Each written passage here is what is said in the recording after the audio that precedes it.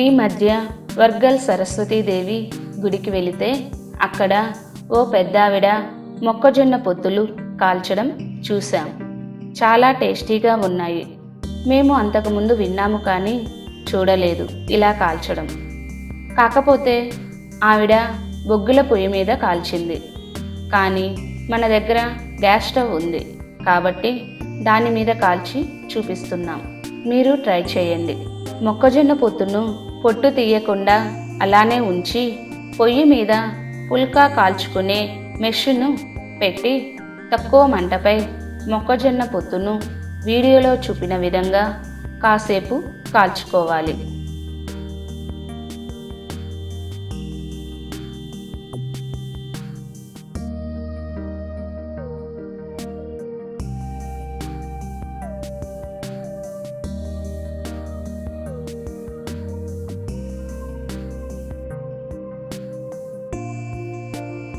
తర్వాత పొట్టు తీసి కాల్చుకోవాలి.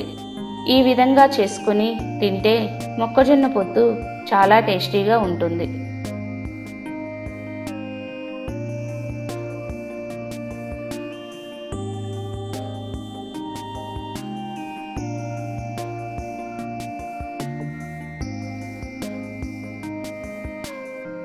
ఈ వీడియో మీకు నచ్చినట్లయితే లైక్ చేయండి మరియు షేర్ చేయండి.